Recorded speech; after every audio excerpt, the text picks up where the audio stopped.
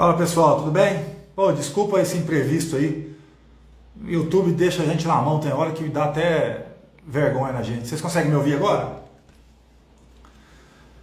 Se vocês estiverem me ouvindo, por favor, me dê um retorno aí, que sim. Aqui a coisa não funciona, aqui a coisa funciona bem, né?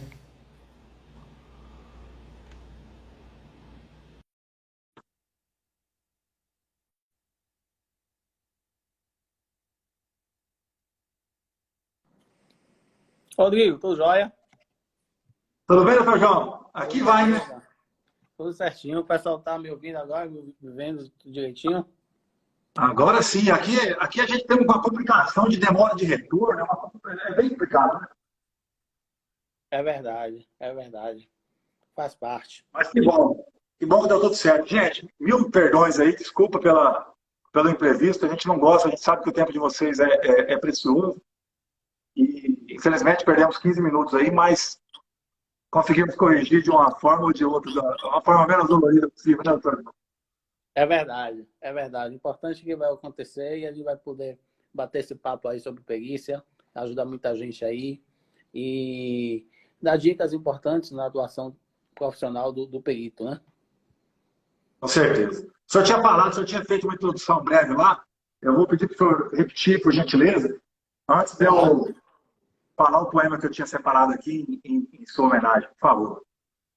Sim, eu estava falando que, na verdade, essa iniciativa sua e da escola de perito, de buscar ajudar as pessoas que querem atuar como perito na área judicial, é muito importante, porque é uma área que está aí crescendo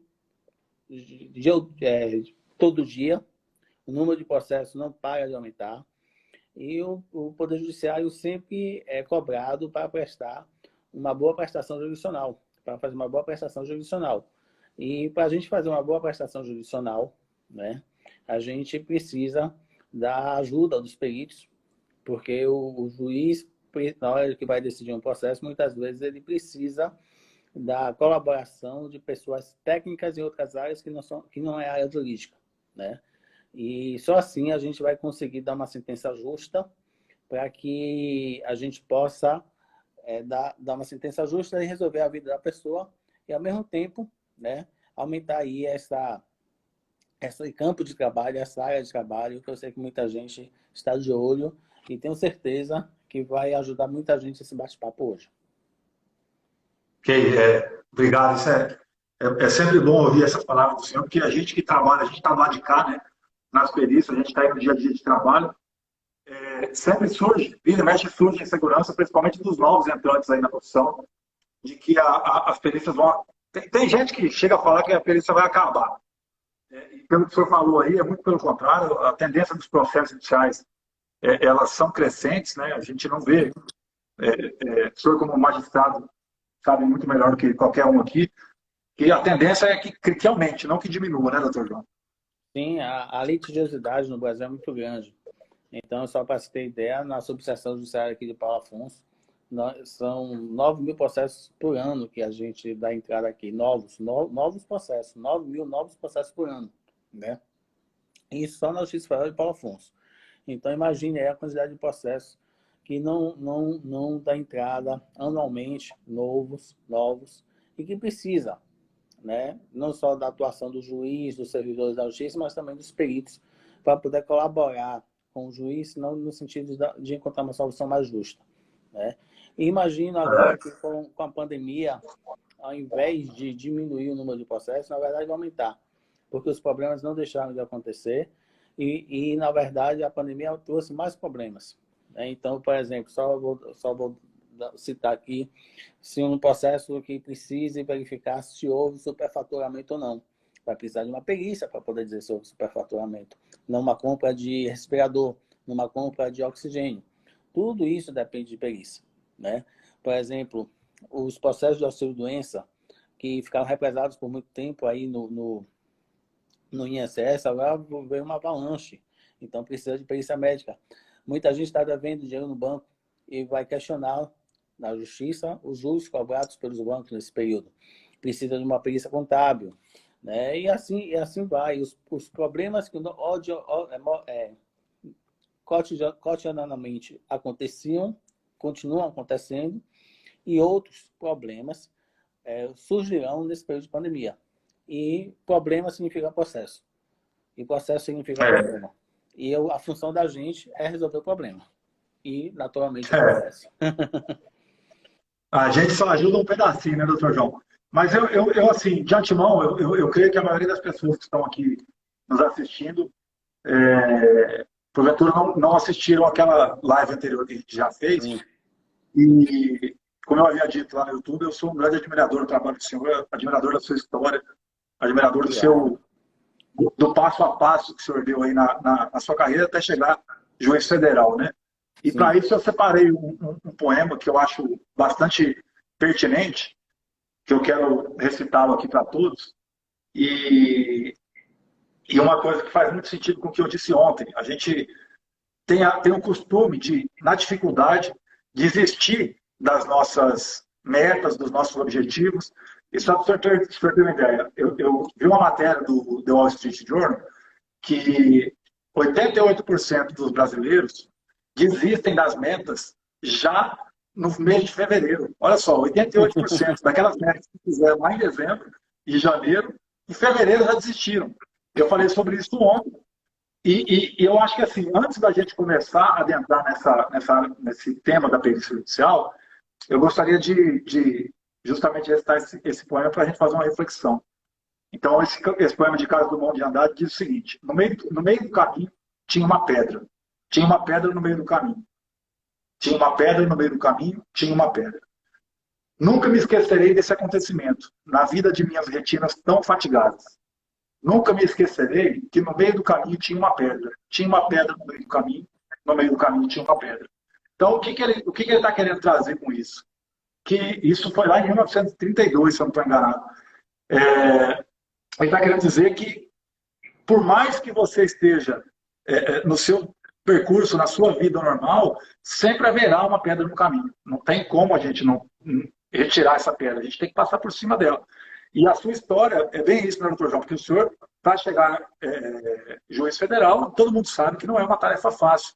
E eu gostaria de que o senhor falasse isso, só para contribuir com o que eu disse ontem, desse foco, dessa disciplina que o senhor teve para chegar onde o senhor chegou, para que isso motive, principalmente o pessoal que quer trabalhar com perícia judicial, porque também não é uma área que acontece do dia para a noite, né? As pessoas têm que estarem preparadas para ter paciência e saber colher o benefício lá na frente. Gostaria que o senhor falasse um pouco.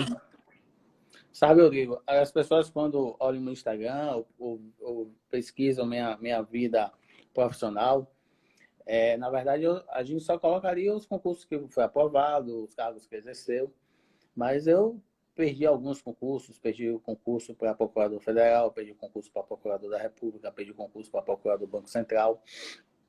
Eu fui aprovado no concurso da Polícia Federal, mas antes de fazer o concurso da prova física, inclusive quebrei o braço, coloquei 6 pinos no braço, uma platina no braço, e isso daí, inclusive, me trouxe prejuízo não só no concurso de delegado da Polícia Federal, mas no concurso de oficial de justiça da Justiça Federal, que tinha uma prova de digitação. Eu quebrei o braço na quarta-feira, na madrugada de terça para quarta, fiz a cirurgia na quarta mesmo, e tinha uma prova de digitação no domingo. E eu treinei, eu quebrei o braço esquerdo, sou destro, treinei com um braço só, e cheguei lá, fui fazer a minha prova de digitação no domingo, né? E todo mundo olhando, dando risada, que cara louco, vou fazer a prova de digitação com um braço só, e acabei tirando a nota máxima, né? Olha então, só. apesar das dificuldades, e na prova da Polícia Federal, entrei como ação, e o juiz considerou eliminar para eu fazer somente a barra somente depois que eu me recuperasse da cirurgia do braço. Da cirurgia. Então, assim, isso daí mostra que, na verdade, quanto maior são os desafios, né? Por maiores que sejam, na verdade, isso daí não serve para desanimar, mas sim serve para nos dar estímulo para poder superar os desafios. E quanto maiores são os nossos sonhos, maiores serão os desafios, e mais gratificante será quando a gente alcançar os nossos desafios. o início da atividade profissional do perito não é fácil, tem que correr atrás do juiz para poder pedir para fazer perícia, tem que apresentar o seu currículo, né? Imagine você, Rodrigo, que desde aquela nossa primeira live, diversas pessoas no Brasil todo têm me procurado para poder apresentar currículo, para poder conversar comigo. E eu sempre tenho orientado, tenho recebido, né? Vou te Então, dar um trabalho aí, né? é, então assim, eu sinto que as pessoas, principalmente no início da carreira, né? Principalmente no início da sua atividade profissional, as pessoas sentem um pouquinho de dificuldade, de insegurança no que se refere à atuação profissional, se vai obter sucesso, se vai ser nomeado pelo juiz, mas com certeza, né, é um primeiro passo importante e quando a gente planta, com certeza nós iremos semear no futuro. O que a gente planta no presente, iremos semear no futuro. Não podemos desistir. Claro, você tem que fazer um estudo, né, da vaga. Essa vaga que eu estou aqui entregando o meu currículo. Qual a atuação principal dela? Então, você não vai, por exemplo, um assistente social, um médico, não vai entregar um currículo numa vaga que é agrária, desapropriação, que lida com avaliação de imóvel. Da mesma forma, vice-versa. Então, uma vaga que tem muita demanda de médica, que tem muita demanda de assistente social, você tem que pesquisar direito quais são as vagas que realmente possuem a demanda dentro da sua área que você atua, né? E é importante isso também, e o importante é não desanimar. Dizem que no Brasil, principalmente na Bahia, né? O ano só começa depois do carnaval. O problema é que esse ano não tem carnaval, né? Esse ano tá difícil. E aí, esse É, ano começou o ano ainda ou não vai começar? pois é.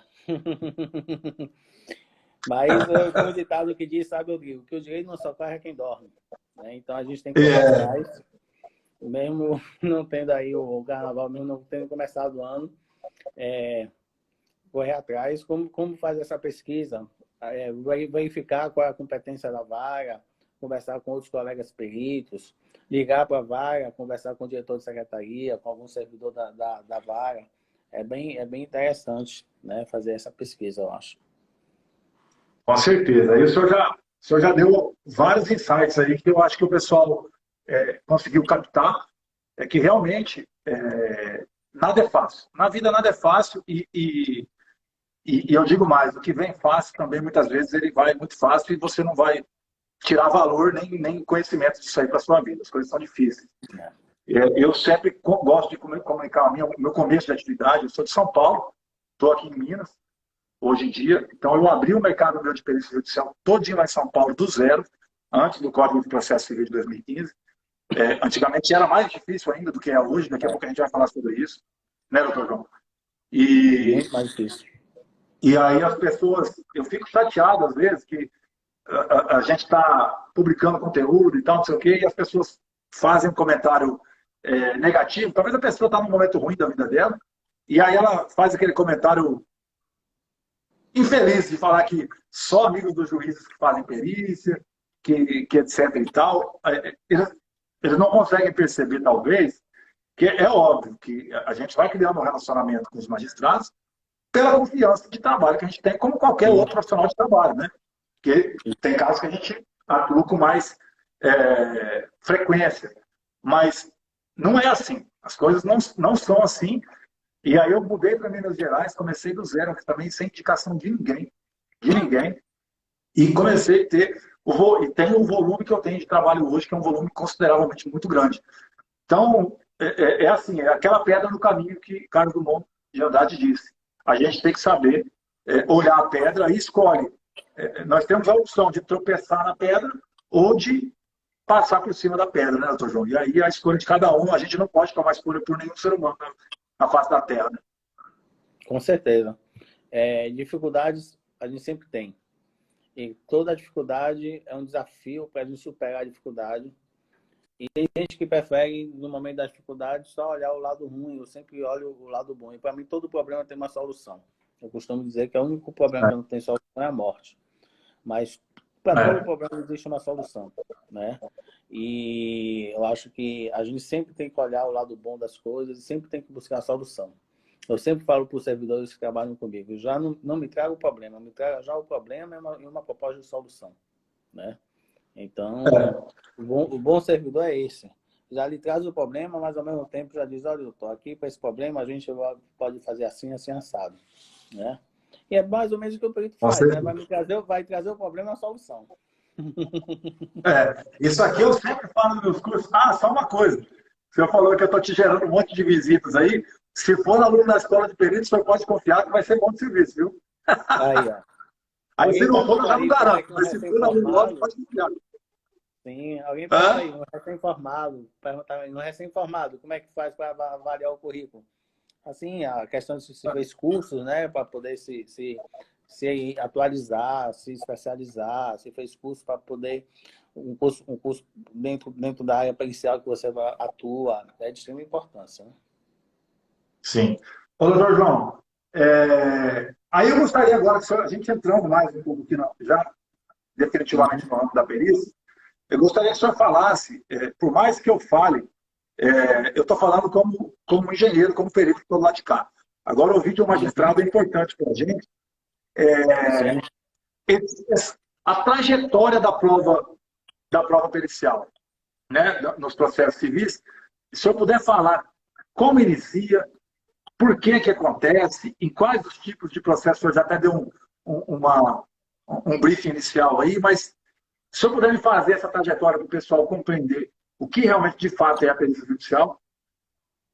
Então, todo o processo, normalmente, a gente precisa de realizar uma prova para poder verificar a veracidade dos fatos que estão sendo levantados, discutidos, ou pelo autor e pelo próprio réu, tá? Existem diversos tipos de provas que são permitidos no nosso Código de Processo Civil, ou Código de Processo Penal, quem atua na área penal também. A nossa prática, infelizmente, ela dá muita ênfase à prova testemunhal. Eu, particularmente, eu não gosto muito da prova testemunhal, porque é uma prova frágil. A testemunha mente, a testemunha esquece os fatos, a testemunha muda de versão, a testemunha morre, a testemunha muda de endereço, não consegue ser encontrada.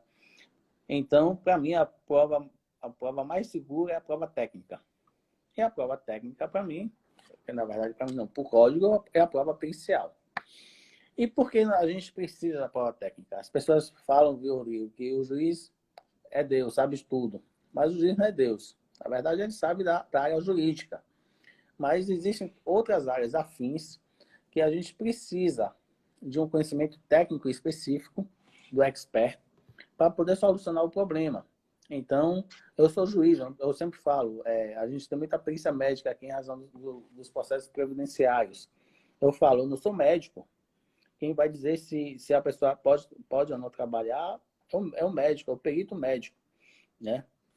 Então, da mesma forma como a gente precisa, às vezes, de um médico, a gente precisa, nessas ações previdenciárias, a gente precisa de um contador nas ações que se discute a questão dos juros, da cobrança excessiva, a gente precisa do engenheiro para poder avaliar um imóvel, para poder verificar se aquela falha que ocorreu no imóvel é uma falha da construção, se é uma falha que foi decorrente do mau uso do imóvel, enfim. Alguém perguntou aí da bióloga. Eu me lembro bem, quando eu já trabalhei em Itabuna, eu estava construindo uma ponte importante para a cidade de Ilhéus, na cidade de Ilhéus, que é 30 quilômetros de Itabuna.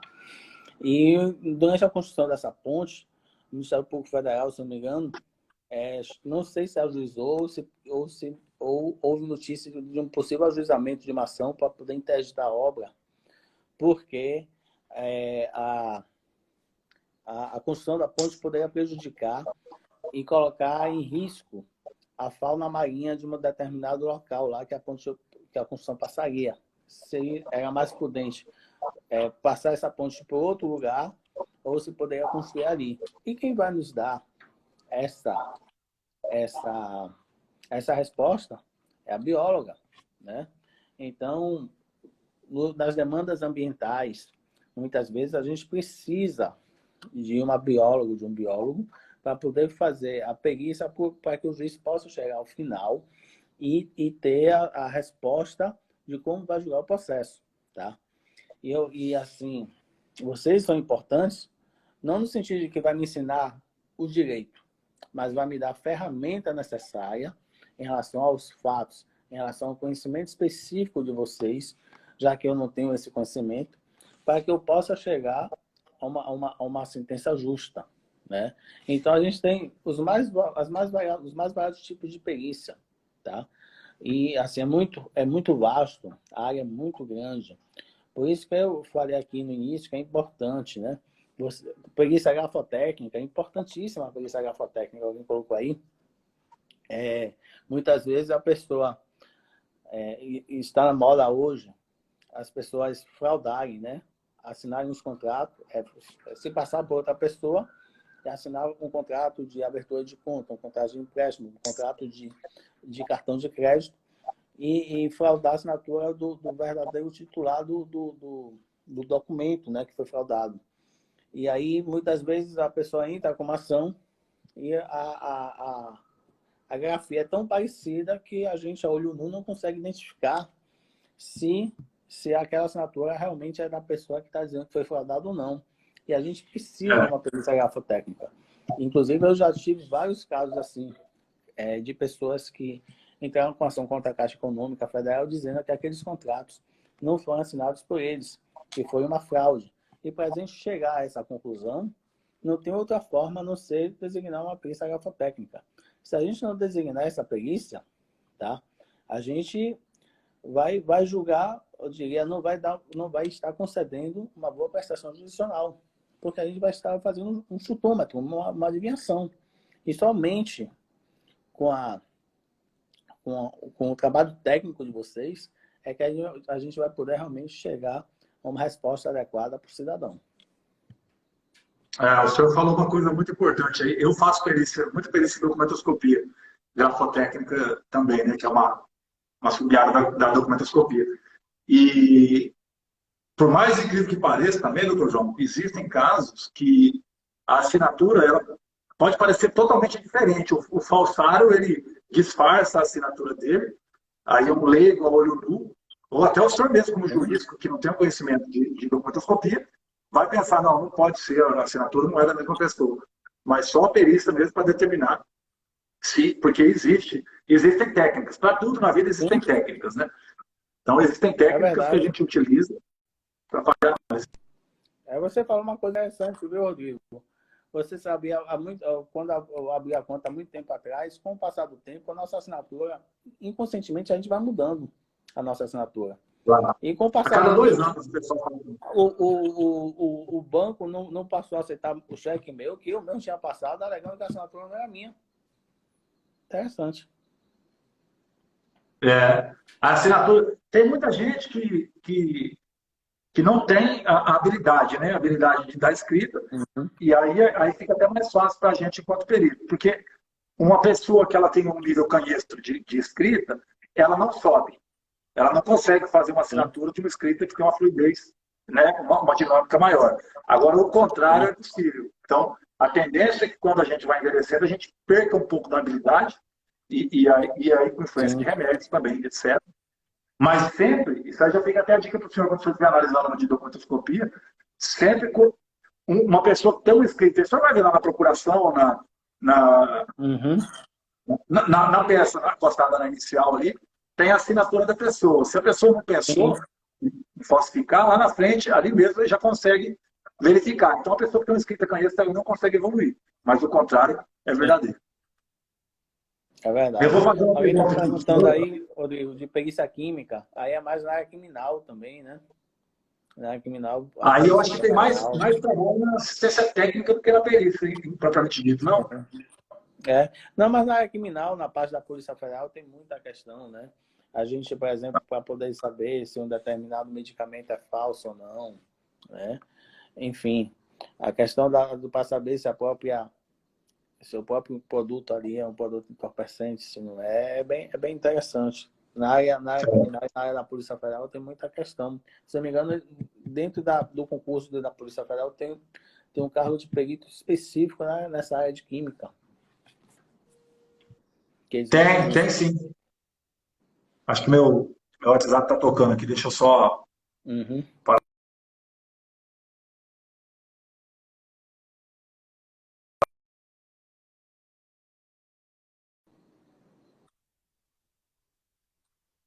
Oi. Parei aqui uma pergunta, e isso é recorrente, bastante recorrente para mim. Muitos advogados, por incrível que pareça, perguntam para a gente se na área da advocacia existem perícias para advogados. Eu tenho um ponto de vista meu, mas esse é um ponto de vista meu, e eu gostaria que o senhor falasse aí, que o senhor tem uma visão ampla, mais holística do processo. Eu sempre digo que, como na finalidade do direito, propriamente dito, não tem demanda, porque se é uma área que o juiz tem conhecimento, é a área do direito. Agora, Sim. em outras áreas, como documentoscopia, grafoscopia, em áreas que são, né, afins de perícias no geral, aí eu sempre digo que tem a possibilidade. O que o senhor fala sobre isso? Então, eu penso que se eu fosse advogado, todo o processo é explorar ao máximo a prova técnica, solicitando perícia, e também iria me valer da possibilidade que o Código de Processo Civil abre, que é o de assistente técnico, tá? Que, na verdade, a gente fala muito de perito, perito, perito, mas a gente esquece muito do assistente técnico, que também é uma figura que não é muito utilizada no nosso direito e que os advogados têm que abrir os olhos para poder usar mais o assistente técnico. Primeiro que a presença do assistente técnico vai fazer com que o perito tenha mais cuidado na hora de fazer o laudo, né? Segundo, Certeza. o CPC foi alterado e agora o assistente técnico pode, inclusive, acompanhar o perito no momento da vistoria, no momento das visitas que o perito faz ao local para poder realizar o seu laudo, para poder fazer a perícia. Que é de extrema importância, porque pode... nós somos humanos, todo mundo é humano, inclusive eu, o juiz, seja lá quem for, nós somos passíveis de erro, né? E às vezes um assistente técnico pode, sim, alertar, indicar um possível equívoco que o perito ali esteja cometendo, né?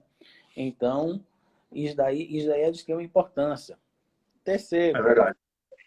eu já tive um processo, por exemplo, que um processo que foi uma perícia contábil, o assistente técnico da Caixa Econômica Federal, a Caixa Econômica Federal é retada, sempre utiliza assistente técnico na parte da contadoria. Ele indicou alguns possíveis equívocos depois de entregar o laudo e a Caixa impugnou o laudo. E realmente a impugnação estava correta e eu determinei que o perito esclarecesse aqueles pontos específicos. E com o esclarecimento do perito em relação àqueles pontos, o resultado do processo mudou. Ia ser contra a Caixa e foi favorável à Caixa o resultado do processo.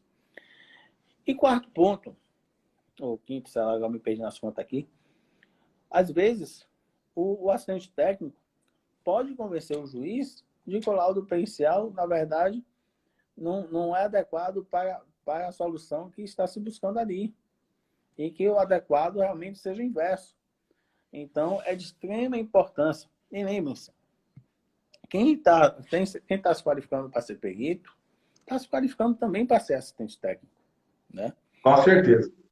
E assim, quem vai fazer... E na hora que o pessoal abre o olho para a importância do assistente técnico, e aí sim vai ser até mais importante, por quê? Porque na hora de que você vai escolher um assistente técnico, você vai escolher um assistente técnico que tenha um bom trabalho.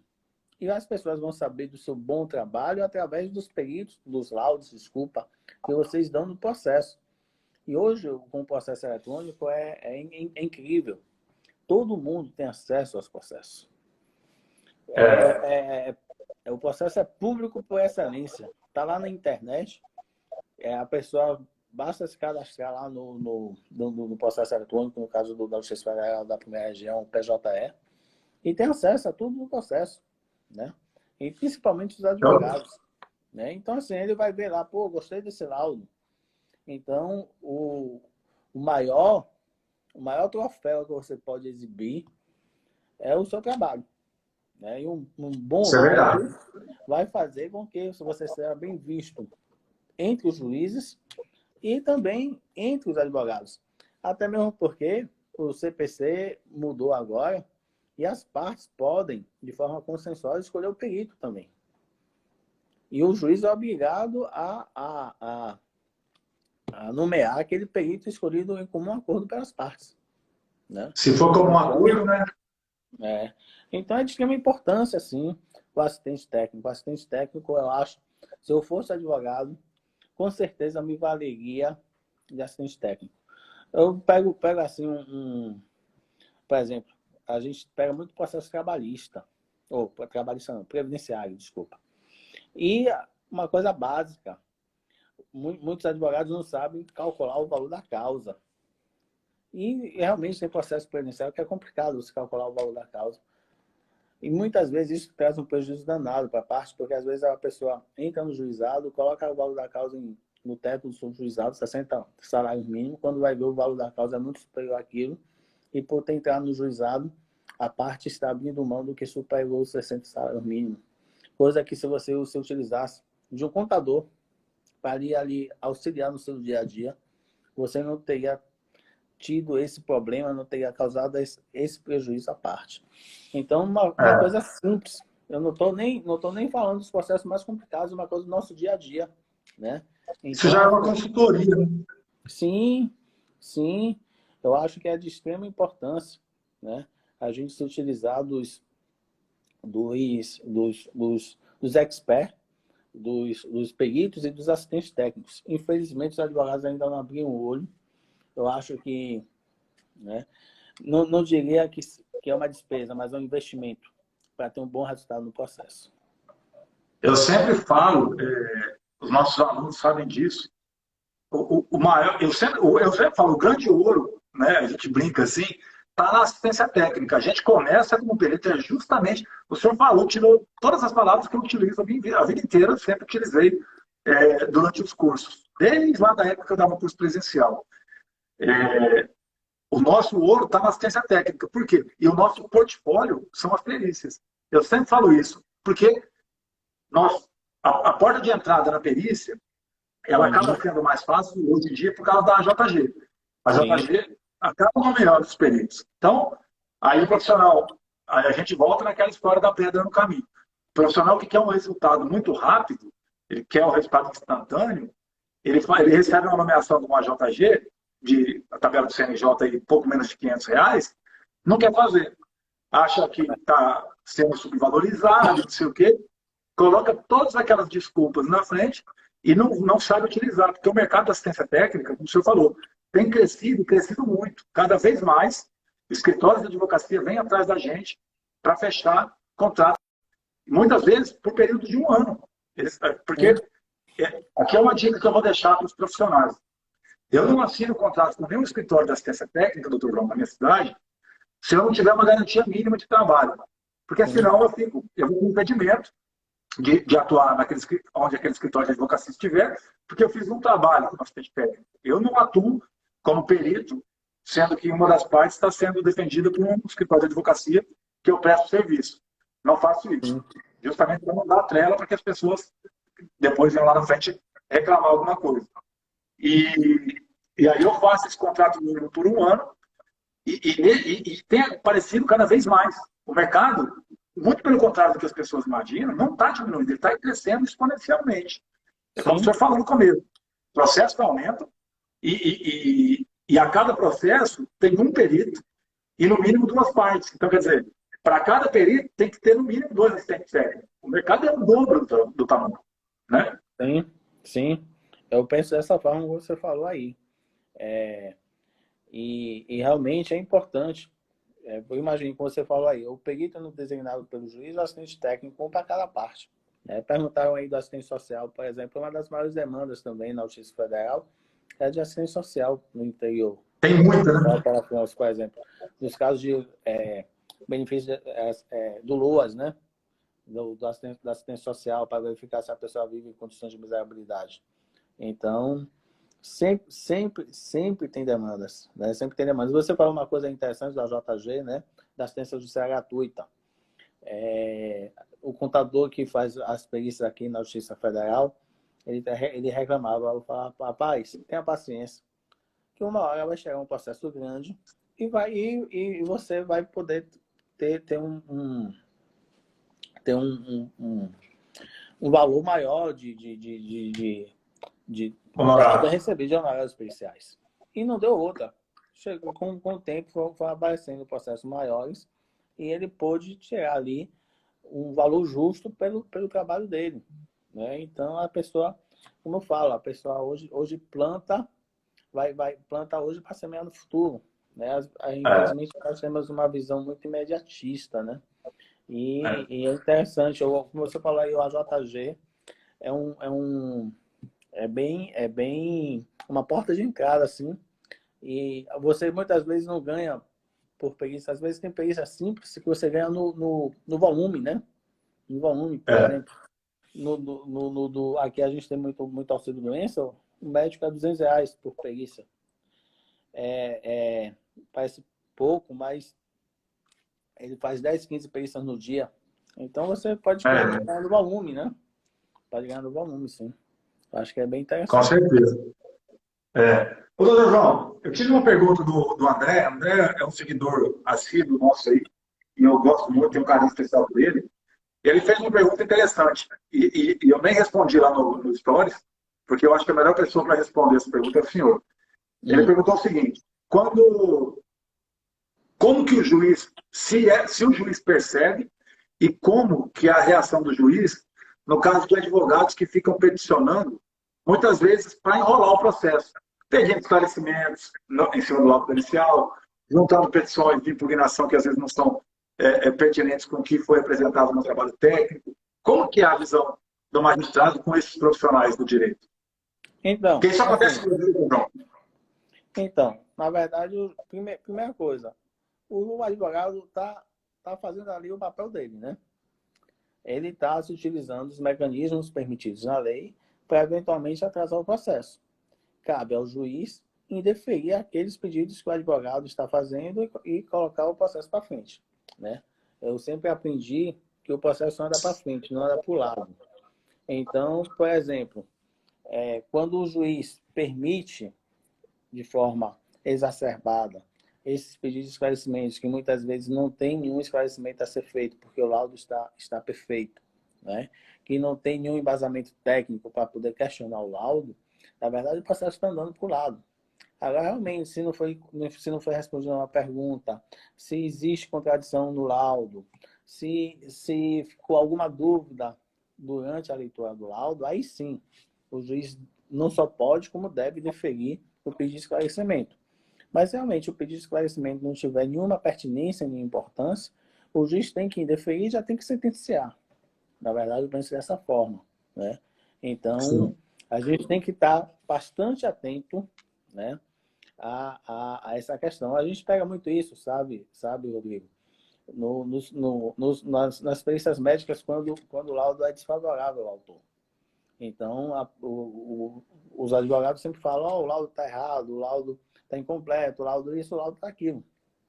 Mas se não trouxer, eu sempre verifico a pertinência do que está sendo questionado. Se não trouxer nenhum elemento pertinente para justificar a realização de um esclarecimento, ou até mesmo de um outro laudo, né? Ou até mesmo de outra perícia, eu interfiro e julgo. Né? Então, agora, se eu trouxer realmente uma questão pertinente, por exemplo, falando aí do psicólogo, a questão que se está se alegando aqui é psicológica e foi nomeado um cardiologista. Realmente, né, interessante é que uma doença psicológica tem que ser com um psicólogo. Então, aí você realmente vai refazer o laudo, né, vai refazer a perícia, né? Mas, enfim, o juiz tem que estar atento, sim, a essa questão de tentar colocar o processo andar para o lado, então tentar, vamos dizer assim, no linguajar popular, tentar modificar na tora o laudo pericial que realmente não pode, né? Não pode. Sim. Então, enquanto o perito não disser o que você quer, você vai estar sempre pedindo esclarecimento. Não, hoje não pode deixar isso acontecer. Eu estou usando uma estratégia agora, doutor João, nem sei se da última vez que a gente conversou, eu comentei. Eu não faço mais. Tem advogados excelentes e tem péssimos advogados. Isso aí, Sim, como qualquer profissional. Na minha profissão, engenheiros tem excelentes claro. engenheiros também e tem péssimos engenheiros. Isso em todas as áreas tem. Certa vez, eu transcrevi um quesito. Na verdade, eu reescrevi o quesito. O quesito ele vinha com um texto todo confuso. E até hoje eu tenho uma dúvida que eu não sei se foi estratégia do advogado ou se ele aproveitou daquele texto novo que eu fiz ali, interpretando o que ele queria dizer no quesito, porque não tinha como responder o quesito dele. Eu escrevi o quesito Sim. dele em cima, para não falar que eu estou inventando o quesito, escrevi o quesito dele em cima e escrevi embaixo a minha interpretação. Se ele houvesse, se a intenção dele fosse dizer aquilo que eu ia responder, então aí eu fiz minha resposta. Acredito que ele agarrou esse questionamento em cima daquele quesito, porque era impossível até que no esclarecimento eu respondi. Eu respondi que não tinha sintaxe nenhuma frase, não tinha concordância, e eu até questionei a qualidade da escrita dele, porque do jeito que estava escrito não tinha como responder. E aí o que eu comecei a fazer? Hoje eu tiro print, isso fica uma dica para vocês aí, gente. Eu printo o quesito, colo como imagem, tiro do processo, colo como imagem e respondo o quesito do jeito que tiver. E já tenho um textinho explicando que todos os quesitos serão respondidos da forma exata como foram escritos no processo. Porque eu tomei uma dor de cabeça por causa disso, doutor João. É importante aí que você falou, a utilização dos mecanismos de informática, né? Para a gente colocar no nosso laudo, utilizar, porque isso daí facilita bastante a leitura do laudo. Eu acho que é bem interessante, sim. Evita a confusão, evita que seja... Porque o grande problema é o seguinte, vocês têm que lembrar que toda vez que for pedido um esclarecimento do seu laudo, primeiro que você vai ter que vai ter um retrabalho. E segundo, que vai atrasar você receber os seus honorários. Então, na verdade, vai lhe dar dois problemas, né? Então, a questão do retrabalho e a questão de você atrasar o recebimento dos seus honorários, que é justo. Você trabalhou, tem que receber. Mas você só vai receber depois que prestar todos os esclarecimentos em relação ao seu laudo. Então, quanto mais com mais cuidado você fizer o laudo e se utilizar desse mecanismo de informática, essas dicas aí que o Lilo está falando, menos retrabalho você vai ter, porque menos pedido de esclarecimento você vai receber e mais rápido você vai receber seus honorários. Com certeza. Hoje ainda a gente tem uma facilidade aí que veio no Código de 2015, né? Que permite adiantar até 50% dos honorários. Antigamente nem isso tinha, né, doutor João? Era só no final e olha lá, né? É verdade. Facilitou Inclusive, me fizeram bastante. uma pergunta no Instagram e eu até fiz um vídeo respondendo que se é obrigatório ou não. Na verdade, a lei fala que o juiz pode, né? Então, o que eu sugeri foi que você justificasse ao máximo possível. Tem legalidade, sim. Você pode tirar o print e colar. Inclusive, isso é feito por muitos advogados nas petições. Mas, inclusive, eu disse que você justificar ao máximo e demonstrar ao máximo a necessidade de você receber aquele adiantamento, né? Então, porque senão pode ser que o juiz crie problema e não adiante os 50%. Né? Então, porque quanto mais você tem que ficar argumentar e claro. demonstrar... Oi? Desculpa, pode falar, doutor João. Não, já acabei, pode falar. É que às vezes muitas pessoas pensam que o juiz ele é soberano sobre o processo, mas ele tem que respeitar a lei, né? Se não está na lei, vocês ficam. Não tem o que fazer, né, doutor? Exatamente. Tem Perguntaram que aí a ter. questão do esclarecimento. a questão do esclarecimento tanto pode ser por escrito, como o juiz pode, inclusive, designar uma audiência para poder ouvir o perito, né? Eu fico imaginando assim, não eu já fui parte em processo, parte autor em processo, mas mas eu sou acostumado a ver o processo, então para mim é uma coisa natural. Mas eu fico imaginando assim, quem não é da área jurídica e é intimado para esclarecer o laudo, e principalmente se não tiver tanta experiência assim na área jurídica, judicial, na prática, pode passar por, assim, não constrangimento, eu diria, mas pode passar por uma situação não tão agradável, né? Porque ser ouvido na justiça muitas vezes não é agradável, principalmente numa situação em que você vai ser indagado pelos advogados, inclusive advogados que não concordam com o seu laudo, né? Eu estou com uma bomba na mão aqui da Justiça Federal, uma perícia gigantesca, que eu vou... Até fiz uma reunião com o juiz. E é um processo de sigilo de justiça, eu não posso falar abertamente sobre ele, mas esse aí, com certeza, eu vou ter que prestar esclarecimento lá, porque é uma perícia muito grande. Vai me dar uma... Depois eu mando para o senhor o número do processo, para o senhor dar uma olhada aí na bucha. Doutor João, tem uma pergunta aqui, ó. Oi. O perito nomeado verifica que precisa de um profissional de outra área. Como é o tratamento? Ele fala que nunca viveu isso. Eu vou falar duas situações, depois eu gostaria que o senhor colocasse também. Alguns juízes aqui, né, eu fiz uma perícia muito grande também uma vez, que envolvia a ANEEL. E eu tive que montar uma equipe multidisciplinar. Não era só uma perícia de engenharia civil, exclusivamente.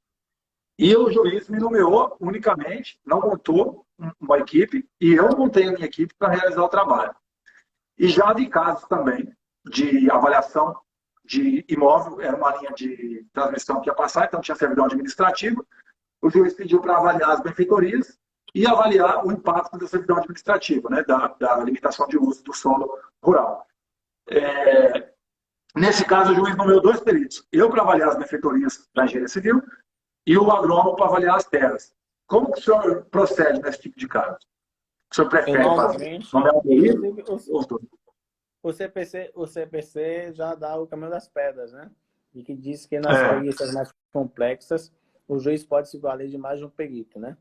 Então, eu normalmente me valho de 2 peritos, 2, 3, 4, quantos forem necessários. Por exemplo, a gente lida muito na Justiça Federal, por exemplo, com questões indígenas. Então, a gente precisa do antropólogo e também tem uma perícia que faz a demarcação, não é bem demarcação, mas que vai verificar, é como se fosse uma demarcação da terra indígena. Perícia topográfica. Então, a gente precisa da perícia antropológica e topográfica. Essas 2 perícias. Uma para saber se realmente é indígena e a segunda é para saber se delimitar exatamente qual a terra indígena, né? Então, sempre eu sempre busco me valer de 2, 3, 4, 5 peritos, quantos forem necessários, dependendo, claro, da complexidade do processo. Por exemplo, é muito comum nos processos previdenciários, processos de LOAS, de deficiente físico, que você tem 2 coisas. Uma perícia médica para saber se a pessoa é deficiente, uma perícia do assistente social para saber se existe a questão da miserabilidade. Então, é bem comum, no meu dia a dia, eu me valer de mais de um perito, claro, de áreas diferentes, dentro do processo.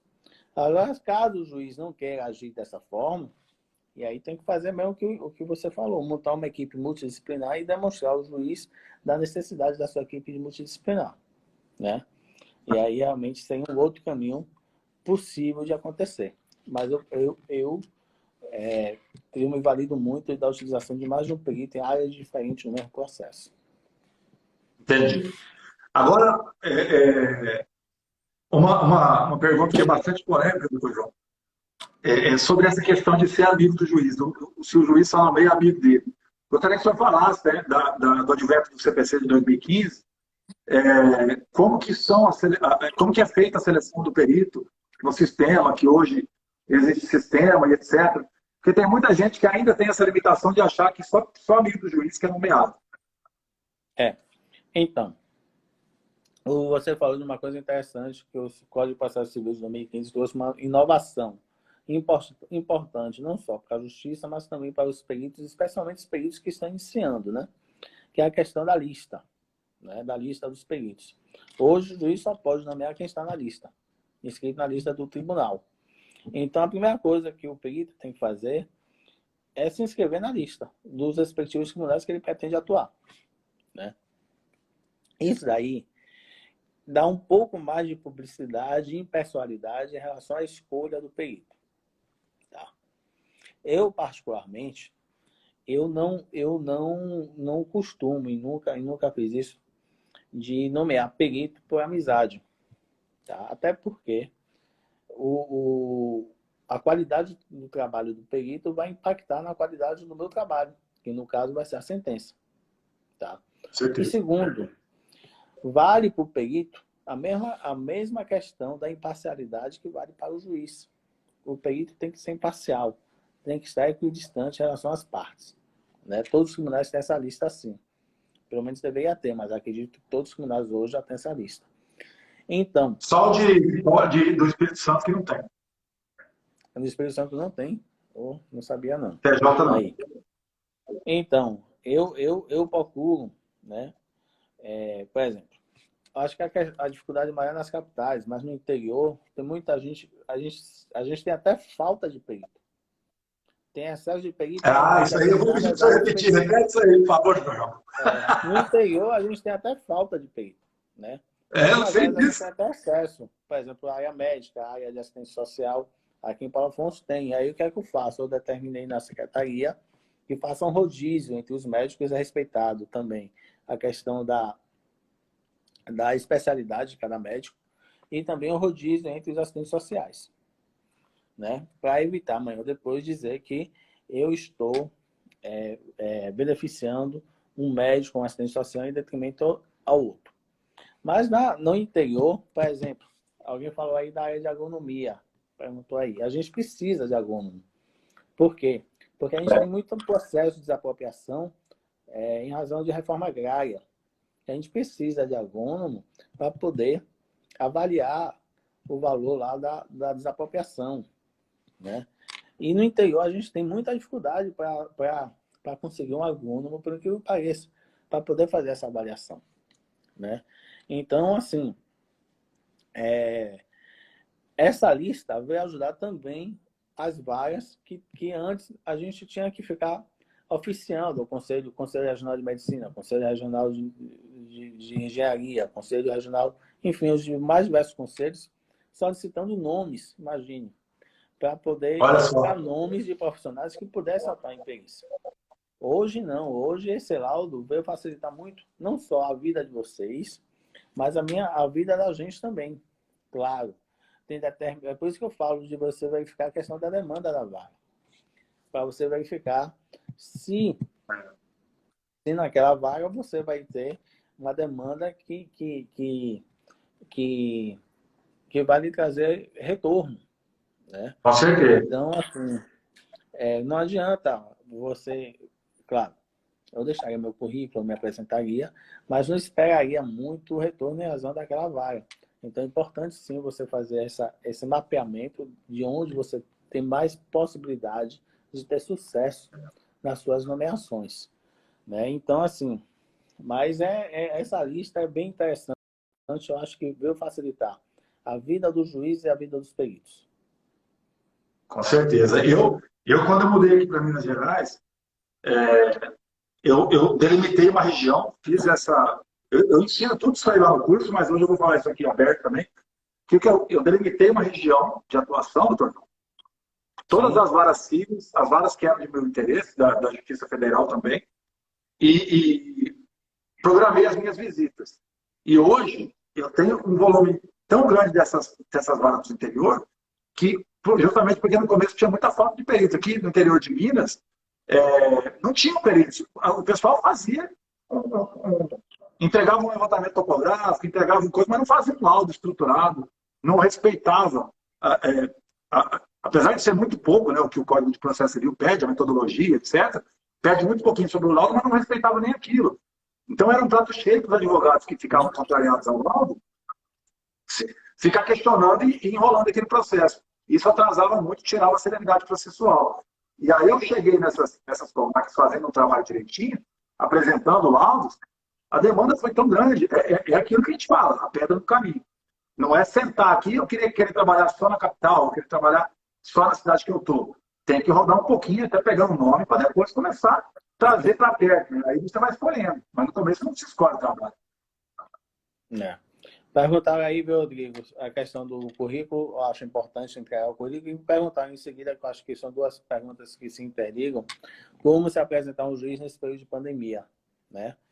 Por exemplo, eu disse aqui, eu tive várias pessoas que, em razão das nossas lives, me procuraram, eu já tive, inclusive, a pessoa está aí, ela se apresentou comigo através não me lembro qual foi a plataforma utilizada, se foi o Teams, se foi o Google Meet, enfim. Foi uma plataforma que possibilitou a apresentação do perito ao vivo, através de vídeo, né?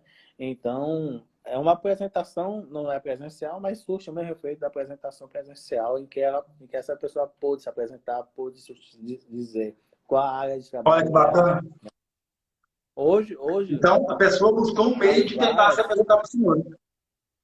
Hoje, as vagas, inclusive, os juízes são obrigados a informar a forma de atendimento virtual, não só aos advogados, mas às partes, e também as pessoas que têm interesse em se comunicar com o juiz nesse período de pandemia, né?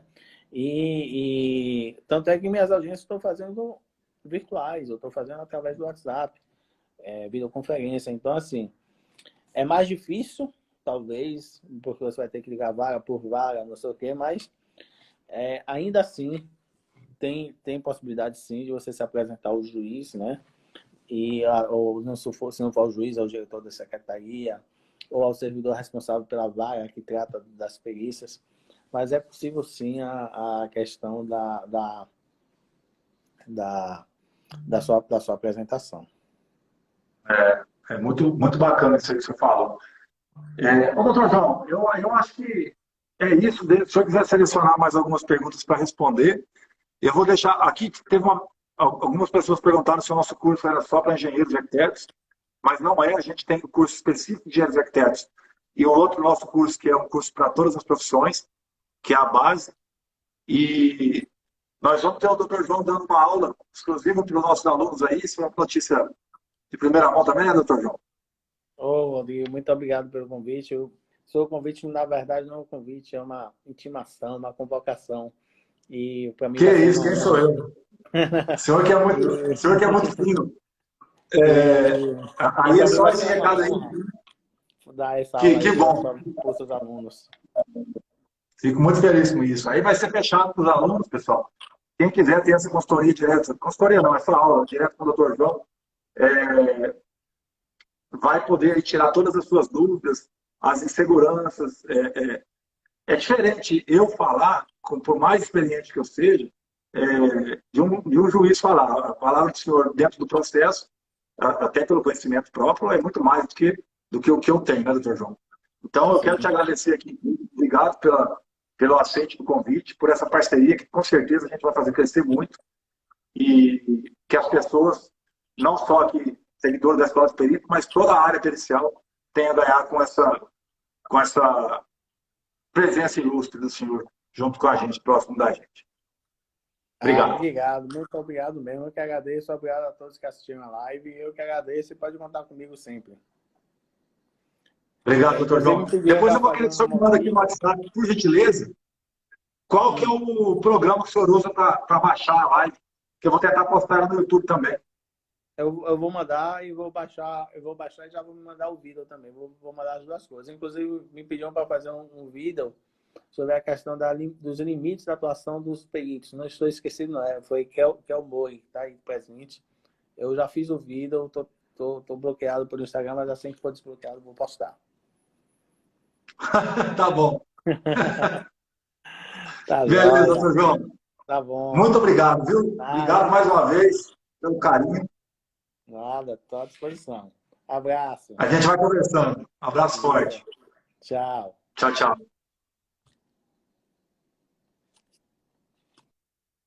Eu desligo aqui. Pessoal, obrigado pela presença de todos mais uma vez. O Dr. João é uma pessoa fenomenal, não tem que nem como tecer elogios, porque eu teria que ficar falando a noite inteira aqui. Obrigado pela presença de todos vocês. Se desculpem pela falha que a gente teve no início da transmissão pelo YouTube. A tendência, a nossa vontade inicial era que fosse por lá, mas falhou. Acontecem, esses problemas acontecem, eu fico chateado com isso. Mas amanhã tem a terceira aula, tá, gente? Não esqueçam, não. Vai ser no YouTube, amanhã vai funcionar. E eu quero que todos vocês estejam lá comigo mais uma vez, porque amanhã eu quero apresentar um laudo pericial realizado por mim, para que vocês vejam como que é o laudo na íntegra e vejam que não tem trabalho misterioso nenhum. Isso eu só consigo fazer por lá. Tá bom, gente? Muito obrigado, beijo no coração de vocês e até a próxima.